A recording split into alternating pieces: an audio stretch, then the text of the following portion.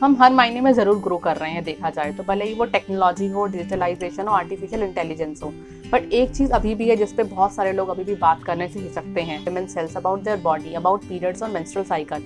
इसके बारे में भी जानना समझना बहुत ज़रूरी है। हम अभी भी नहीं जानते हमें कब अपनी लड़कियों को कौन सी एज में ये सब बताना चाहिए और बताने भी चाहिए या नहीं, और कौन कौन सी चीज़ें बतानी चाहिए। पीरियड्स और मेंस्ट्रुअल साइकिल से जुड़ी बहुत सी ऐसी चीज़ें हैं जिसे सही टाइम पे पता होना बहुत ज़रूरी है, क्योंकि सही टाइम पे प्रॉब्लम्स का पता चलने से सही ट्रीटमेंट और इलाज करना पॉसिबल है। Girls when they approach puberty और टीनेज, उन्हें किस तरह की प्रॉब्लम्स का सामना करना पड़ सकता है, उन्हें डील करने का सही तरीका क्या है, पेरेंट्स और टीचर्स को किन बातों पर एजुकेट करना चाहिए गर्ल्स को एट दिस स्टेज।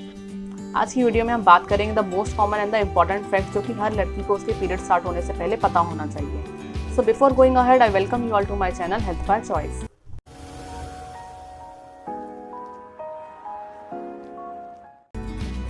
पीरियड्स होते क्या हैं? सबसे बेसिक से स्टार्ट करती हूँ। ये होता है हमारा फीमेल रिप्रोडक्टिव सिस्टम। इसमें ये vagina, cervix, ovary, uterus, fallopian tube, ये एक तरह का प्रोसेस है जिसमें ताकि फीमेल भविष्य में बच्चे जन्म सकें, इसके लिए उनके यूट्रस में यानी कि गर्भाशय में हर महीने एंडोमेट्रियम लेयर डेवलप होती है, जिसके ब्रेकडाउन को ही पीरियड्स कहते हैं। इसमें हर महीने फीमेल्स में 3 से 7 दिनों तक वेजाइना से ब्लड निकलता है, जो कि एंडोमेट्रियम का ब्रेकडाउन होता है।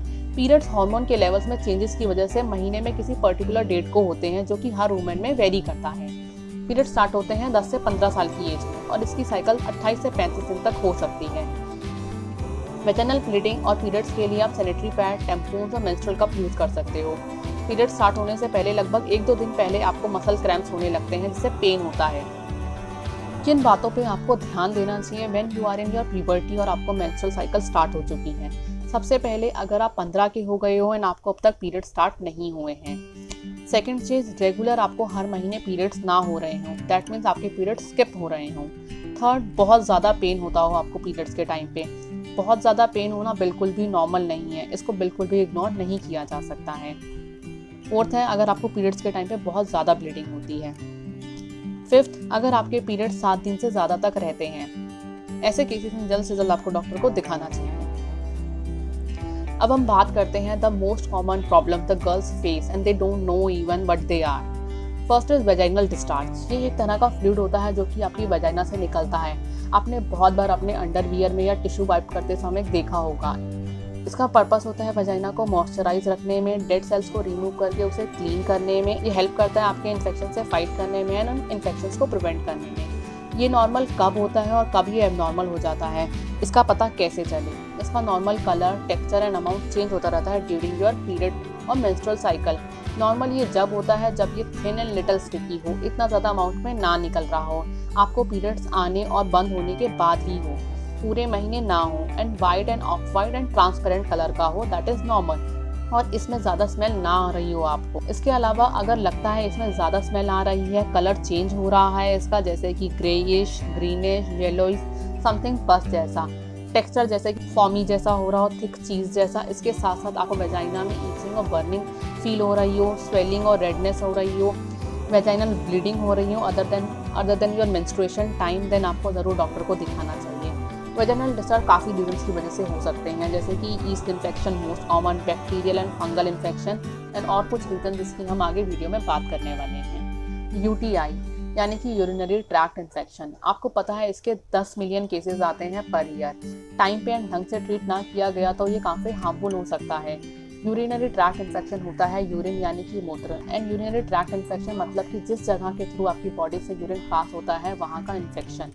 यूरिनरी ट्रैक्ट इन्फेक्शन में आते हैं kidney, ureters, bladder and urethra. ज़्यादातर ये इन्फेक्शन लोअर पोर्शन जैसे ब्लैडर एंड यूरेथ्रा में होता है। सिम्टम्स क्या हैं इसके? बार बार यूरिनेट करने जाना पड़ता है, जलन एंड ईचिंग होती है आपके यूरिनेटिंग एरिया में, बार बार थोड़ा थोड़ा यूरिन पास होता है, यूरिन के कलर में चेंजेस होने लगते हैं जैसे कि रेड, ब्राइट पिंक, ये होता है ब्लड का यूरिन में प्रेजेंट होने की वजह से। स्मेल आने लगती है यूरिन में से, वहाँ के एरिया में पेन होने लगता है, इसकी वजह से आपको कई बार फीवर भी हो जाता है।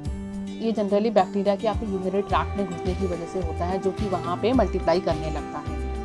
एंड ये हो जाता है टॉयलेट ना साफ होने की वजह से, बहुत बार हार्मोनल लेवल चेंज होने की वजह से, एंड कई बार आप किसी तरह के मेडिकेशन पे होते हो and many other reasons also. इस तरह की कोई भी दिक्कत होने पे आप ज़्यादा से ज़्यादा पानी पिएं एंड अपने डॉक्टर को दिखाएं टाइम पे।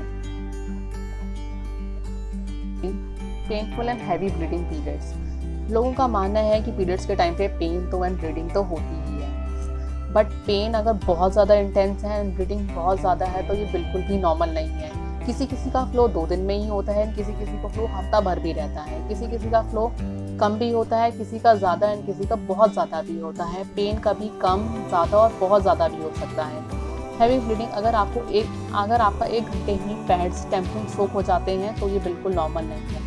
इसके काफ़ी सारे रीजंस हैं, जैसे कि हार्मोन इम्बैलेंस हो जाना, इससे आपकी यूट्रिन लाइनिंग थिक हो जाती है जो कि हैवी ब्लीडिंग कॉज करती है। यूट्रस में नॉन कैंसरस ग्रोथ जैसे कि फिब्रॉइड पॉलिप की वजह से भी हैवी ब्लीडिंग होती है, एंड एक डिजीज एंडोमेट्रियोसिस जिसकी वजह से भी हैवी ब्लीडिंग होती है, जिसके बारे में मैं आगे बताने वाली हूँ वीडियो में। इंटेंस क्रैम्प्स नॉर्मल पार्ट होता है पीरियड्स का।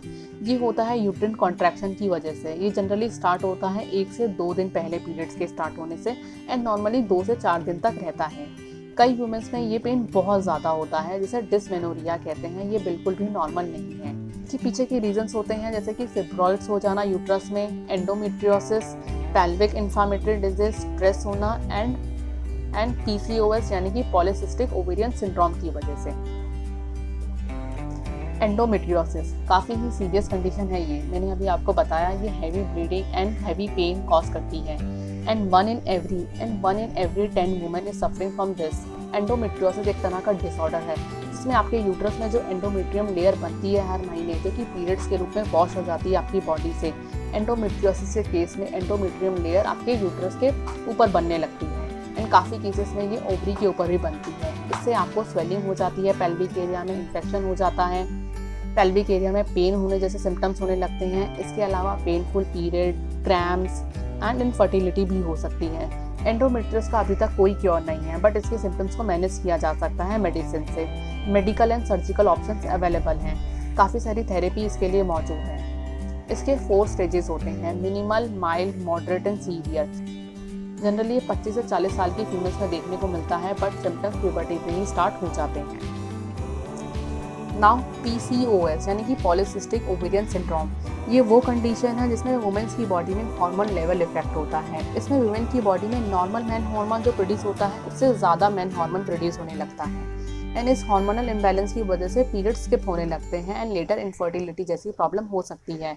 एंड इसकी वजह से वुमेन्स में फेस पे एंड बॉडीली हेयर्स डेवलप होने लगते हैं, बॉल्डनेस होने लगती है एंड लॉन्ग टर्म प्रॉब्लम भी हो सकती है जैसे कि हार्ट डिजीज एंड डायबिटीज। ये जनरली 15 से 44 साल तक की फीमेल्स में देखने को मिलता है।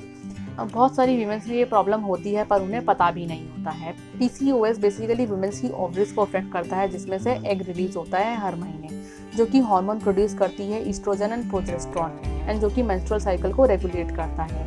PCOS में ओवरीज में सिस्ट फॉर्म होने लगते, बहुत सारे फ्लूइड फिल्ड सेक्स बनने लगते हैं जिसे पॉलीसिस्टिक बोला जाता है यानी कि मैनी सिस्ट। PCOS की वजह से irregular periods, heavy bleeding, hair growth, acne, weight gain, darkness of the skin जैसी प्रॉब्लम्स होने लगती है। आज हमने बात की पीरियड्स कब नॉर्मल हैं, पीरियड्स कब नॉर्मल नहीं है, वेजाइनल ब्लीडिंग क्या होती है, यूरिनरी ट्रैक्ट इन्फेक्शन क्या होता है, एंडोमेट्रियोसिस क्या है, पॉलीसिस्टिक ओवेरियन सिंड्रोम यानी कि PCOS क्या होता है। अगर आप इनमें से कोई प्रॉब्लम फेस कर रहे हैं तो अपने टीचर से, पेरेंट्स से बात करें एंड जल्द से जल्द डॉक्टर को दिखाएं, क्योंकि ये बिल्कुल भी नॉर्मल नहीं है एंड विद टाइम प्रॉब्लम बढ़नी ही है। अगर आप वीडियो में बताई गई किसी भी बात को डिटेल में जानना चाहते हैं तो मुझे कमेंट करके ज़रूर बताएं। कोई क्वेश्चन हो आपका इससे रिलेटेड वो भी। वीडियो अच्छा लगे तो इसे ज़रूर लाइक करें, सब्सक्राइब करें health by choice for more such informational videos. Share करें इसे ज़रूर हर फीमेल्स के साथ ताकि सही टाइम पे ये नॉलेज सब तक पहुंच पाए। अगर आप इसे फेसबुक पे देख रहे हैं तो चैनल को ज़रूर फॉलो करें, लाइक करें। चलिए मिलते हैं एक और नई वीडियो में, तब तक के लिए stay safe and stay healthy.